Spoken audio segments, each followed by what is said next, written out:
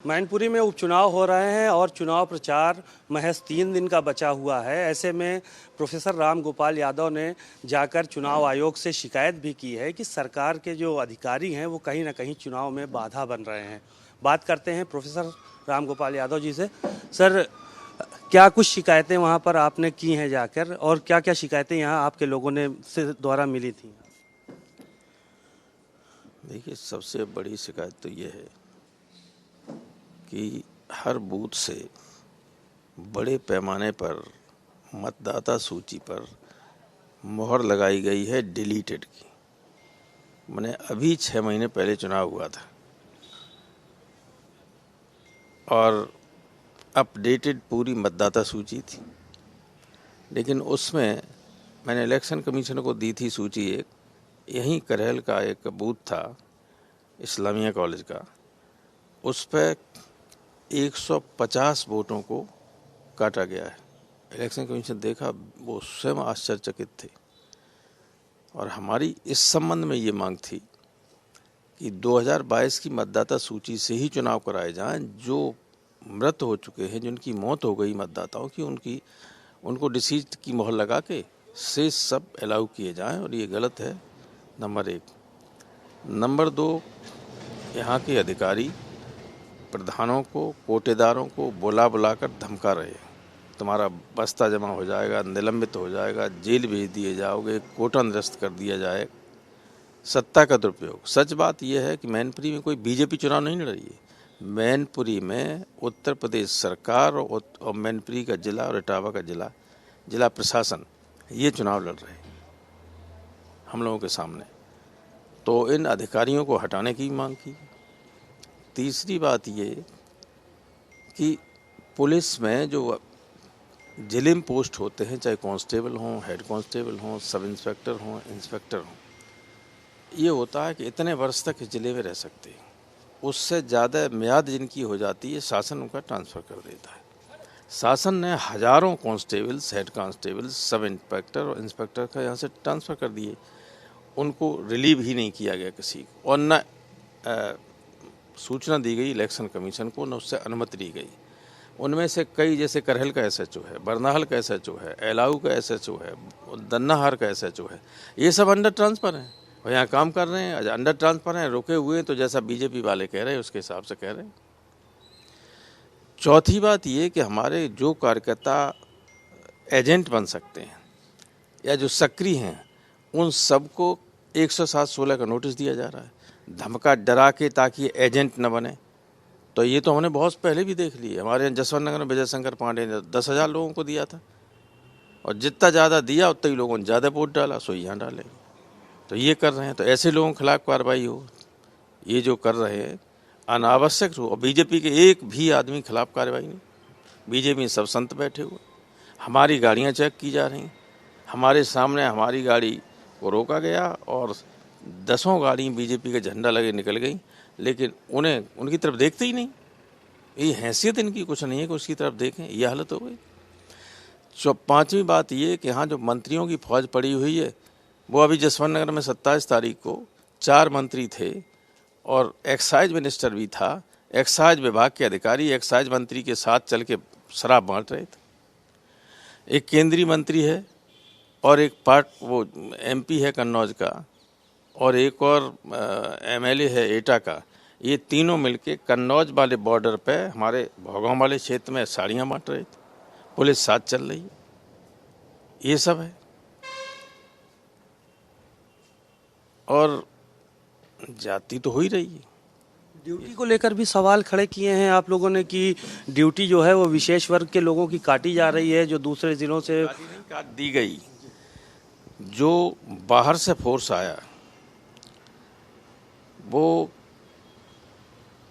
अलीगढ़, हाथरस और एटा, उसकी सूची मैंने इलेक्शन कमीशन को दी है। 1588 सब इंस्पेक्टर्स से लेके हेड कांस्टेबल और कांस्टेबल्स की यहाँ ड्यूटी लगी। उनमें सिंगल यादव नहीं और मुसलमान। एसएसपीज ने वहाँ पूछ के, अगर किसी के नाम साधारण लिखा है राम कुमार, तो पूछा कि तुम किस बिरादरी को, अगर वो यादव है तो ड्यूटी काट दी गई। मुसलमान का तो कोई नाम से ही पहचान जाता है। उसमें कोई पूछ नहीं है। तो ये हुआ, और इससे पूरे उत्तर प्रदेश में फोर्स में असंतोष है, क्योंकि ये हरकतें जो है, अगर फोर्स में 71 में विद्रोह हो गया था पीएसी का, तब आप नहीं होंगे।